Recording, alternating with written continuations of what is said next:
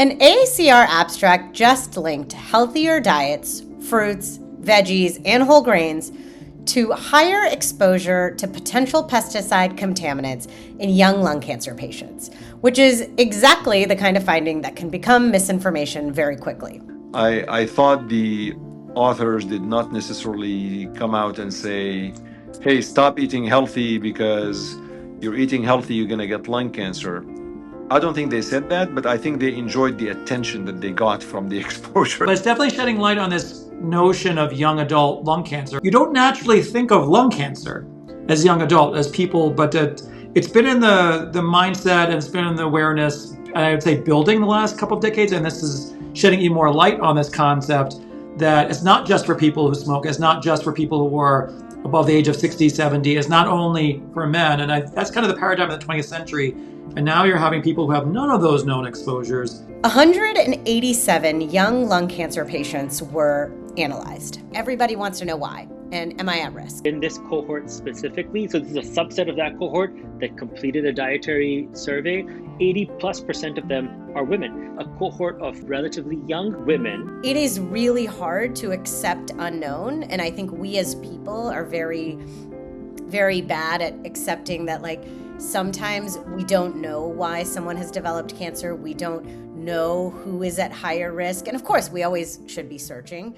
An AACR abstract just linked healthier diets, fruits, veggies, and whole grains to higher exposure to potential pesticide contaminants in young lung cancer patients, which is exactly the kind of finding that can become misinformation very quickly. And to help unpack this, we brought in someone who spent a lot of time thinking about environmental exposures, industry, public health, and how we communicate uncertainty in medicine. Dr. Chadi Nabhan is the author of Toxic Exposure and someone who's written extensively about how we study environmental risk and where science can go wrong, both by underestimating harm and by overclaiming conclusions. Welcome, Dr. Nabhan. Rosie, thank you so much. And thanks. First of all, congratulations on your wonderful podcast. And it's really wonderful. And it's great to listen to and to watch you all. Appreciate the invite.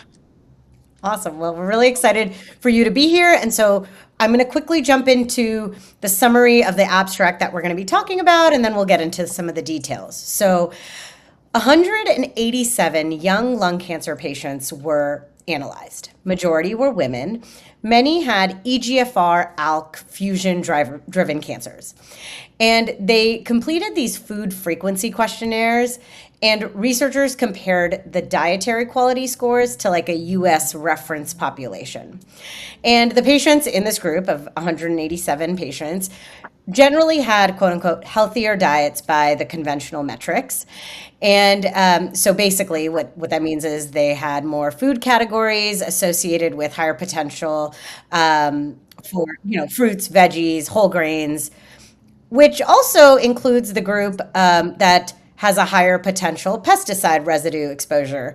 And so in the conclusion, area of the abstract, the authors suggest environmental contaminants may deserve further study in these young lung cancer patients. So when you hear about this abstract, read this abstract, for everyone, what feels scientifically reasonable versus overreaching based on kind of also what we know about pesticide exposure in the past? Now, look, first of all, just not to digress, but any opportunity for me to find evidence that tells me I don't need to eat healthy, I'm gonna take that, Shruti. I mean, basically, this is telling me the French fries I like and the ice cream and the burgers are good. I mean, so let's just stop there and no argument with me. So But no you more. don't I have to mean, be this is you a don't have mic to feel drop guilty. moment. You don't have to feel guilty because we overheard you talking to your wife right before we hit record, asking for the extra large fries. Pretty much, I So was. And by the way, I've been like, this is where like you've been waiting all your life for an evidence, and the evidence is there. I'm gonna ignore everything. No, in all seriousness, this is. I mean, look, it's pretty interesting. And as we said before, went on the air. I think that it got a lot of press. I mean, it got so much press, and but one thing that is a bit intriguing. Number one is, I mean, this is obviously observational, and I'm by the way, I mean, I don't mind observational studies. I think observational studies could be very good. Case control studies could be very good, and all of that. But there is no control here. Like there's case, but there's no control kind of thing. So I don't have necessarily 187 patients that quote unquote did not eat healthy to see that whether there's any difference there, because oftentimes in these studies that try to link occupational exposure against something else, you have a cohort of patients that are exposed to the potential, whatever that offending pathogen or carcinogen, whatever it is, and another cohort that was not. And then you try to survey them and try to make sense out of it. But here we don't have that thing. The other thing is there's an assumption that pesticides are only being sprayed or only on these healthy grains and so on. But that's really not true, because you actually, pesticides are being sprayed on everything, whether it is healthy or not healthy. So that assumption did not pass my smell test. I do like the conclusion, though, in all fairness. I mean, the conclusion is saying we need to do more studies about occupational exposure and environmental factors. I think that's reasonable. I thought the authors did not necessarily come out and say, "Hey, stop eating healthy because you're eating healthy, you're going to get lung cancer." I don't think they said that, but I think they enjoyed the attention that they got from the exposures. I think they got this. So in summary, I think there are a lot of flaws in this. I would have liked to see a cohort of people that eat different kind of food, and a cohort of people that potentially maybe ate unhealthy or yeah. I mean, so that's really where I stand. It's good to know type of study, but I cannot really make any hard conclusions.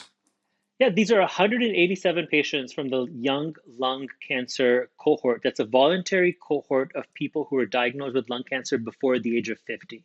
So by Right. definition, it's a very biased group. 80% or more than 80% of the folks that were in this cohort specifically, so this is a subset of that cohort that completed a dietary survey, 80 plus percent of them are women. So you're talking about a cohort of relatively young women and their dietary habits, and comparing that to an index study that looked at the health score of the general population. So right there and then that comparison really isn't there to begin with. Now maybe younger people are eating differently than the general population in general, or maybe the folks who are more likely to But go that's into why you more needed research. to have that control, right? That's why, like, I think the best way to have studied this is doing a case control. Maybe that's for the manuscript of it. I don't know what I think we'd have to look up more about this ongoing study that is called epidemiology of lung cancer study. Maybe, I don't know how many, 187 out of how many total. And of course, it was kind of enriched. There was a lot of them were women.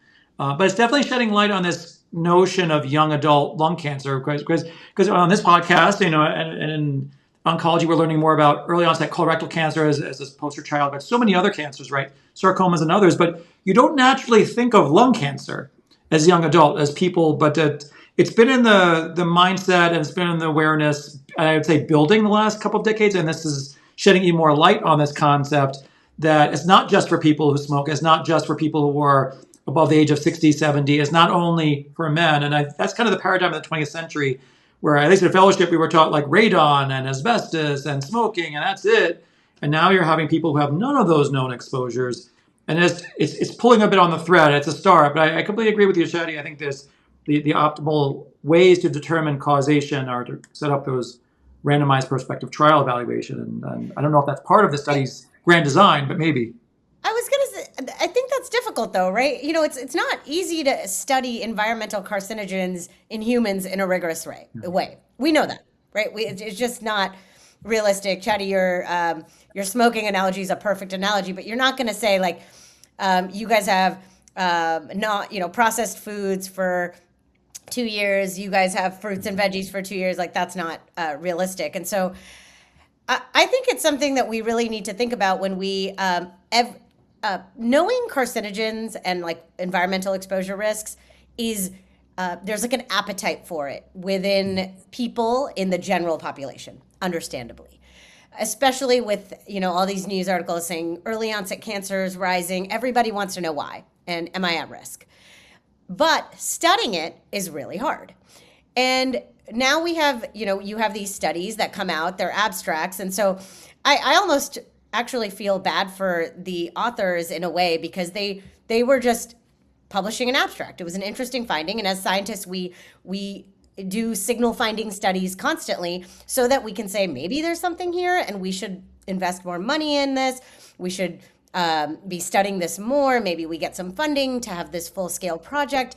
And something like that can be weaponized in the world that we have today, where communication, scientific communication is picked up by anybody and everybody, right? So we saw this study go on these podcasts, these all carnivore diet men on the internet are saying, oh, like veggies and fruits cause lung cancer.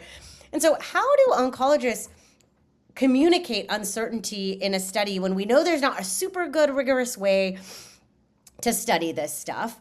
But at the same time, we don't want to be overestimating effect sizes, but we also understand that there's an appetite for people to want to know more about these risks. I think it's kind of hard. Yeah. So the jump that this story took from early lung cancer association and dietary habits, the jump that went to pesticides really isn't based on the content of the study and the methods that they have. But you, Chadi, have worked in the space of pesticides and cancers, particularly around lymphoma risks. Tell us a little bit about that story. Right. Coming back to what you said about the exact agents, glyphosate, and we know about PFAS, right? And something I learned from this abstract, right? And so it's a term I had not heard before.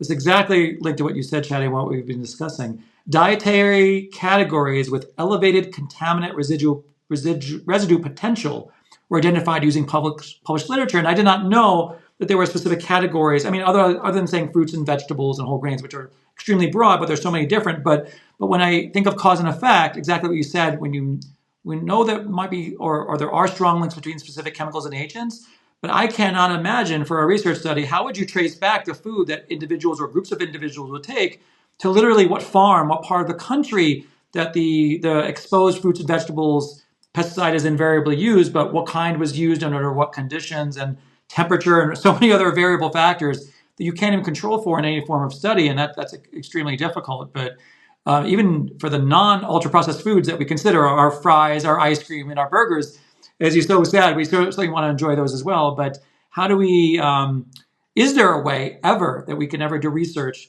to trace those back? Is a challenge. I completely agree. I think I really like what you just said with sometimes we can't answer everything, because not because I don't want the answer to everything, but because that is the reality. And I think that in, again, the scientific communication world that we live in, things have become very, they're reduced to clickbait and headlines, right? So in this abstract, for example, you have these authors who are like, hey, this is like signal finding. I'm trying to see what's going on with these young lung cancer patients, and let's see what their diet looks like. Maybe we're speculating for our own, which next steps is constantly something that we're taught when we're thinking about science. But in our world, we want answers, and we want them now. We don't want them in 5 years when the study is done. And that is how a study like this gets turned into clickbait across, news media stations and podcast bros and all that, right? Like, and all of, everywhere. And so I think it is really hard to accept unknown. And I think we as people are very, very bad at accepting that, like, sometimes we don't know why someone has developed cancer. We don't know who is at higher risk. And of course, we always should be searching. But I think there is a significant discomfort with I don't know. And also, I don't know doesn't land very well in the forms of communication that we are partaking in 2026. So let's say a word about pesticides. I mean, pesticides are really important. When we think about mechanized farming, when we think about producing crops for a large growing population across the world, there's a role that pesticides have in enabling those crops to be more successful and for them to make it to to our grocery stores for us to get. I'm curious, Chatty. You said that there are advocates around sort of in this topic. What are alternatives to pesticides? Yeah, that's great for them, right? Yeah. It just harkens in my mind back to, I mean, I know it's still a separate, but Agent Orange from the Vietnam era, from the Vietnam War era, right? So it obviously had a different intent, but it's a chemical that, I think was be controversial for years to a few decades. And eventually, especially I think we've all worked in Veterans Administration's hospitals at some point and seeing the fallout from veterans of that war and the exposure and beyond lymphoma and other cancers associated with it. And, yeah, I think just the pesticides that are so widespread, right? You don't need to be in the military to be exposed to these, but there's also the uncertainty. We don't know what we're exposed to. So I guess maybe we take a poll here. Does this lead us to go to the more expensive organic food aisle instead of, quote, the regular strawberries that I plan to wash with vinegar or baking soda anyway, or with a special concoction to wash it you can buy at Trader Joe's? Am I going to buy the organic ones that are priced higher in the era of $5 plus of per liter per gallon of gas? Is just more expensive, but is it more worth it for our health? Yeah, I like what you said just about trying your best, but can't be perfect. I think one thing that I learned taking care of people who have cancer is life is also meant to be lived. If you want to have cereal, then you should enjoy cereal and things like that. And so, yeah, I think I agree that we do our best, right? We try to not constantly drink out of plastic water bottles when we talk about microplastic. We're doing, everyone's just trying their best with the information that we have. So that is entirely true. And if we look at the numbers, and absolutely. And so, and you want to keep doing that. You want to keep doing that. Absolutely. Well, I think that's what we have for today. This was such a great conversation. I really appreciate that you shared your expertise with us. I feel like you know so much about this field, and it was really great to unpack this abstract that really was meant, I likely think, to as like a signal finder, maybe part of a bigger study, but really kind of became a sensation. So to our listeners, thank you so much for joining us, talking about how science gets converted, talking about pesticides, fruits, veggies. And for now, I would say don't skip your fruits and veggies unless your wife's getting you large fries, then that's okay.